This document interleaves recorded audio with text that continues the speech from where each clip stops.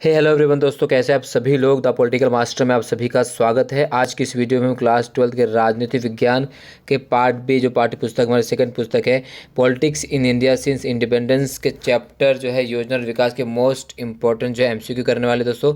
और ये जो वीडियो दोस्तों टर्म वन एग्जाम के लिए बेहद ही महत्वपूर्ण है और इस चैप्टर से दोस्तों जो भी इंपॉर्टेंट क्वेश्चन है इस वीडियो में आप सभी को देखने को मिल जाएंगे। तो प्लीज़ इस वीडियो को एंड तक देखिएगा। यदि आप हमारे चैनल पर नए हैं तो चैनल को जरूर सब्सक्राइब कर लीजिए और बेल आइकन को प्रेस कर लीजिए। तो चलिए दोस्तों इस वीडियो को शुरू करते हैं। और आज का जो पहला क्वेश्चन इस वीडियो का, तो सबसे पहले क्वेश्चन की बात करें तो निम्नलिखित में से कौन इकोनॉमी ऑफ परफॉर्मेंस नामक पुस्तक का लेखक था।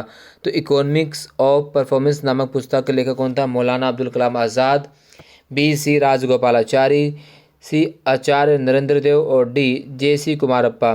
तो परफॉर्मेंस, यहाँ दोस्तों इकोनॉमी ऑफ परफॉर्मेंस नामक पुस्तक के जो लेखक थे वो हैं जे सी कुमारप्पा। ठीक है, तो डी इसका सही उत्तर है।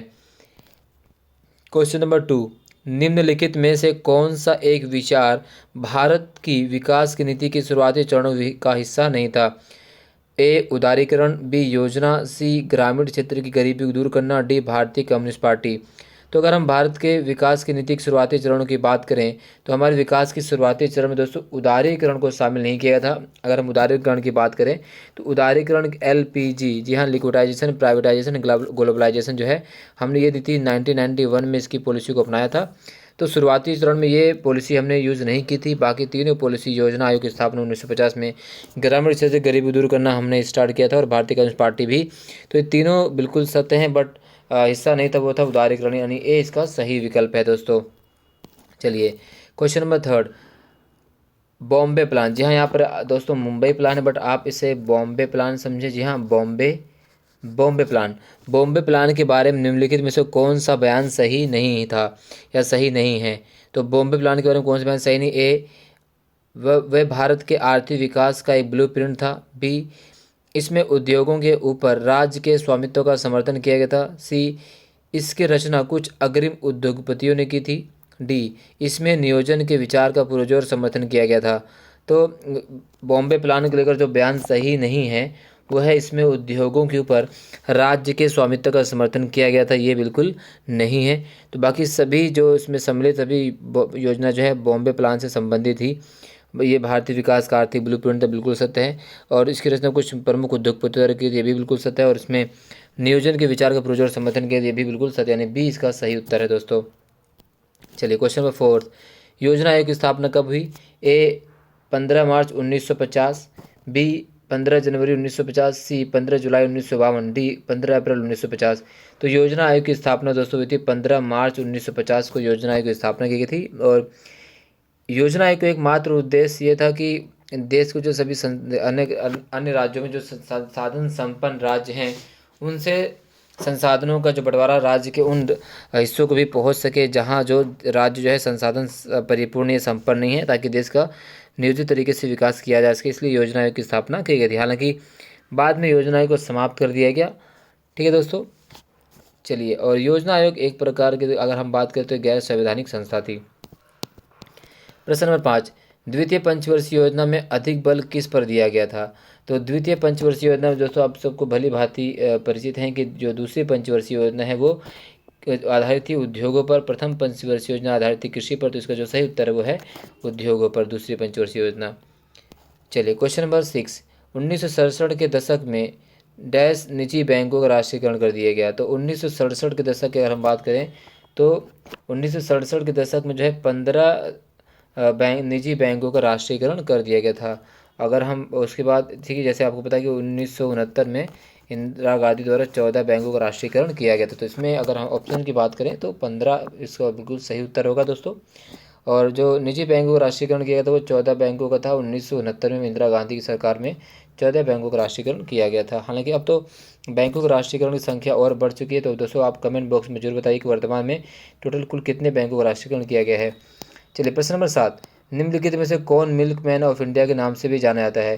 तो मिल्क मैन ऑफ इंडिया की अगर हम बात करें दोस्तों तो मिल्क मैन ऑफ इंडिया के नाम से जाना जाता है वर्गीज कुरियन को। और इन्हें मिल्क मैन ऑफ इंडिया के नाम से इसलिए जाना जाता है क्योंकि भारत में जो दूध क्रांति थी और इसके जनक भी यही हैं, मिल्क मैन ऑफ इंडिया। और जैसे अमूल के संस्थापक की अगर हम बात करें, अमूल दूध पीता है इंडिया, तो जो अमूल के संस्थापक वो भी यही हैं और उन्होंने गुजरात के जो है आनंदा में अमूल की कंपनी की स्थापना की थी। तो ये सारी चीज़ें हैं वर्गीज कुरियन से संबंधित है दोस्तों। और मैं आपको गारंटी देता हूँ यहाँ से जो मैंने आप लोगों के दिए दोस्तों, जो क्वेश्चन के सेट के MCQ, क्योंकि इससे बाहर आपको इस टॉपिक से क्वेश्चन या इस चैप्टर से क्वेश्चन नहीं आएंगे। तो प्लीज़ इसे वीडियो को पूरा एंड तक देखिए और हमारे चैनल को जरूर सपोर्ट कीजिए। और दोस्तों मेरी मेहनत, मैं आपके लिए लगातार मेहनत करता हूँ, और अगर आप इसे देखेंगे उसे सराही ज़रूर लाइक कीजिए वीडियो को, ताकि अधिक बच्चों तक वीडियो पहुँचे। क्योंकि दोस्तों मैं सिर्फ और सिर्फ मेहनत आपके लिए कर रहा हूँ, क्योंकि आप लोगों के लिए वीडियो बनाई जाती है ताकि आप लोगों को पसंद आए और आप इसे देखकर अपने भविष्य को अच्छा कर सके और अच्छे नंबर से उत्तीर्ण हो सके, यही मेरी कामना है। PC महालनोबिस के बारे में सत्य कथन चुनिए। जी हाँ, सत्य कथन चुनिए। ठीक है, एक अर्थशास्त्री थे, दूसरी पंचवर्षीय योजना की योजनाकार भी थे। तो PC महालनोबिस के बारे में दोनों कथन सत्य है दोस्तों, A और B दोनों सत्य, यानी C इसका जो सही उत्तर होगा, A और B दोनों सत्य हैं। चलिए प्रश्न नंबर 9, भूमि सुधार का सबसे महत्वपूर्ण और सफल प्रयास क्या था?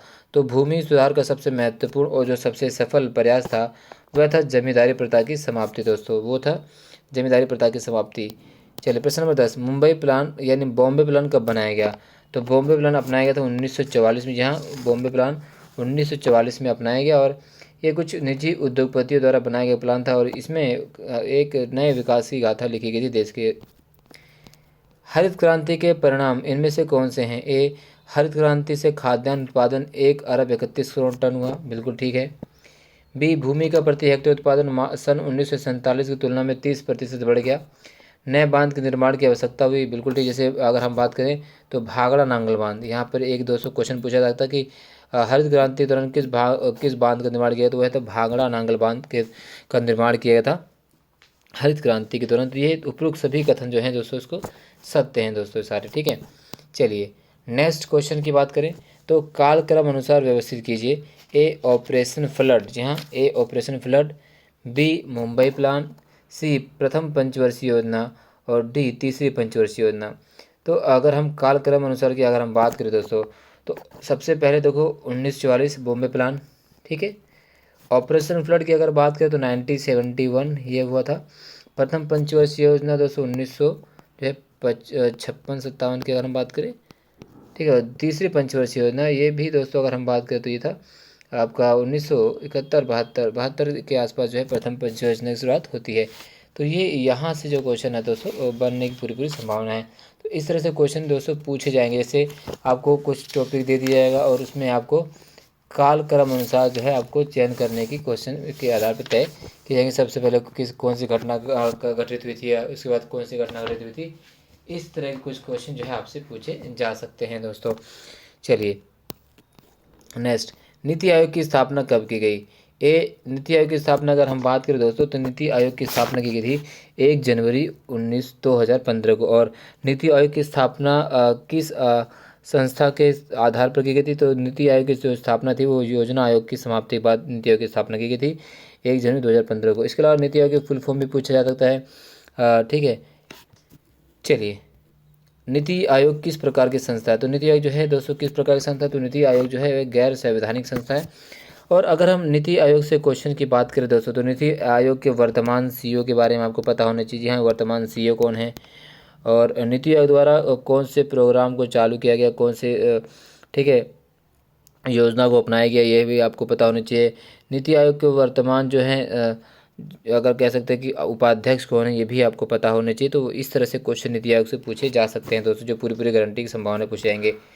चलिए क्वेश्चन नंबर 15, नीति आयोग के मुख्य कार्यकारी अधिकारी निम्नलिखित में से कौन है? तो नीति आयोग के जो मुख्य कार्यकारी अधिकारी हैं वो हैं दोस्तों अमिताभ कांत। जी हाँ, अमिताभ कांत जो है नीति आयोग के मुख्य कार्यकारी अधिकारी हैं।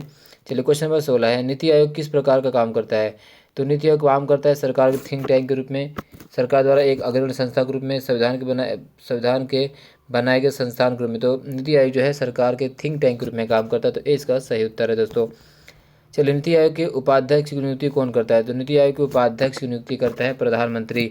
ठीक, अगर क्वेश्चन आपसे पूछा है कि नीति आयोग का जो अध्यक्ष कौन होता है, प्रधान अध्यक्ष, नीति आयोग का जो प्रधान अध्यक्ष होता है वो प्रधानमंत्री होता है और नीति आयोग के उपाध्यक्ष की नियुक्ति भी प्रधानमंत्री करता है। इसी तरह अगर आपसे प्रश्न पूछ लिया कि नीति आयोग के प्रथम उपाध्यक्ष कौन थे पदेन, तो नीति आयोग के प्रथम पदेन उपाध्यक्ष थे नरेंद्र मोदी जी। हाँ, वर्तमान जो प्रधानमंत्री हमारे नरेंद्र मोदी नीति आयोग के प्रथम पदेन अध्यक्ष थे। इसी प्रकार से अगर योजना आयोग के प्रथम पदेन अध्यक्ष की बात की जाए तो वहाँ पर आएंगे जवाहरलाल नेहरू। ठीक है, जवाहरलाल नेहरू जो है योजना आयोग के प्रथम पदेन अध्यक्ष थे। यानी तो क्योंकि योजना आयोग के अध्यक्ष हमेशा प्रधानमंत्री ही होते हैं। चलिए, नीति आयोग के बारे में निम्नलिखित में कौन सा कथन सही है। नीति आयोग का उद्देश्य 7 विकास लक्ष्यों को प्राप्त करना है और देश में साझा संवाद को बढ़ाना है। बिल्कुल ठीक है। भारत के प्रधानमंत्री नीति आयोग के पदेन अध्यक्ष हैं। बिल्कुल ठीक है। और सी नीति आयोग में 8 पूर्णकालिक सदस्य हैं। तो अगर हम बात करें दोस्तों तो नीति आयोग के जो कथन की बात करें तो इसमें उपरोक्त कथनों की सभी कथन जो सत्य नहीं है। इसमें जो है तीनों 2 कथन सत्य हैं, बल्कि तीसरे नीति आयोग में 8 पूर्णकालिक सदस्य कथन गलत है। निम्नलिखित में कौन नीति आयोग की गवर्निंग काउंसिल का हिस्सा है। तो सभी राज्यों के मुख्यमंत्री, दिल्ली और पुडुचेरी के मुख्यमंत्री, अंडमान और निकोबार द्वीप समूह के द्वीप के लेफ्टिनेंट गवर्नर और उपरोक्त सभी। तो नीति आयोग की गवर्निंग काउंसिल की जो हिस्सा हैं दोस्तों वो सभी हैं। दिल्ली और पुडुचेरी के मुख्यमंत्री भी हैं, सभी राज्यों के मुख्यमंत्री भी हैं, अंडमान और निकोबार द्वीप समूह के लेफ्टिनेंट गवर्नर भी हैं। ये सभी कथन सत्य हैं। चलिए, सन 1971 में ग्रामीण विकास कार्यक्रम को क्या कहा जाता था। तो सन 1971 में ग्रामीण विकास कार्यक्रम को कहा जाता था ऑपरेशन बाढ़ यानी ऑपरेशन फ्लड। ये इसका सही कथन है दोस्तों। अगला क्वेश्चन है, राष्ट्रीय विकास परिषद की स्थापना कब की गई। तो राष्ट्रीय विकास परिषद की स्थापना की गई थी 6 अगस्त 1952 की। जी हाँ, 6 अगस्त 1952 को राष्ट्रीय विकास परिषद की स्थापना की गई। कितनी पंचवर्षीय योजना भारत में अब तक पूरी हुई हैं। तो अब तक जो टोटल पंचवर्षीय योजना भारत में पूरी हुई है वो है 12 पंचवर्षीय योजना। आखिरी जो पंचवर्षीय योजना थी वो 2017 तक थी। ठीक है। चलिए, राष्ट्रीय विकास परिषद के अध्यक्ष कौन होते हैं। तो राष्ट्रीय विकास परिषद के अध्यक्ष होते हैं भारत के प्रधानमंत्री।